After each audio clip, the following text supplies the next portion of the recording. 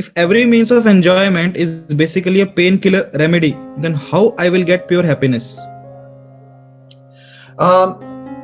Trying to find happiness where it actually exists rather than searching it in the reflection is the only way to get pure happiness.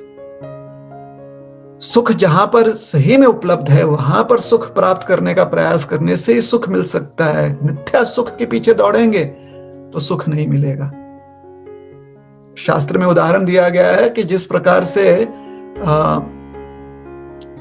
एक सरोवर के किनारे आम का वृक्ष हो, उस पे बहुत सारे आम लगे हों, और जब आप उसकी परछाई देखते हो सरोवर के जल में, तो हाथ आगे बढ़ाकर आप उस फल को छू सकते हो, लेकिन वो सिर्फ परछाई को छू रहे हो। और छूना आसान भी हो जाता है क्योंकि वो आपके हाथ तक पहुंच पाता है। परछाई तो जो जल है उसके ऊपर सरफेस पर ही दिखाई देता है ना परछाई, और क्योंकि आप सरोवर के तट पर हो तो जल का ऊपर का सरफेस छूना बहुत आसान है। तो लगता है कि आप फल को छू रहे हो, लेकिन क्योंकि वो परछाई मात्र है, उस प्रयास में आप सफल होते हो किंतु फल नहीं मिलता। तो इसे कहते हैं मिथ्या सुख।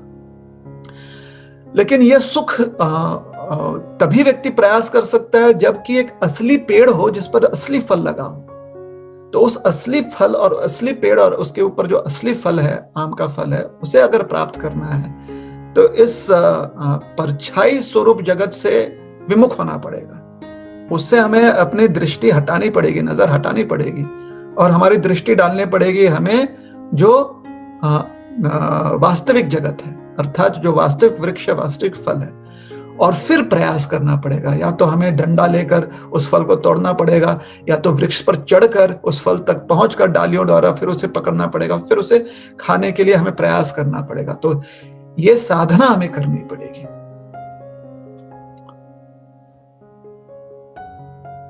तो रियल सुख is only possible, real happiness is only possible when we search for it, or when we try to achieve it where it actually exists, where it exists in reality. So spiritual happiness exists only in the spiritual realm. जो आंतरिक सुख है, आध्यात्मिक सुख है, वो सिर्फ एक आध्यात्मिक जगत में ही उपलब्ध है। भौतिक जगत में उसे ढूंढने का प्रयास करेंगे तो परछाई मात्र है।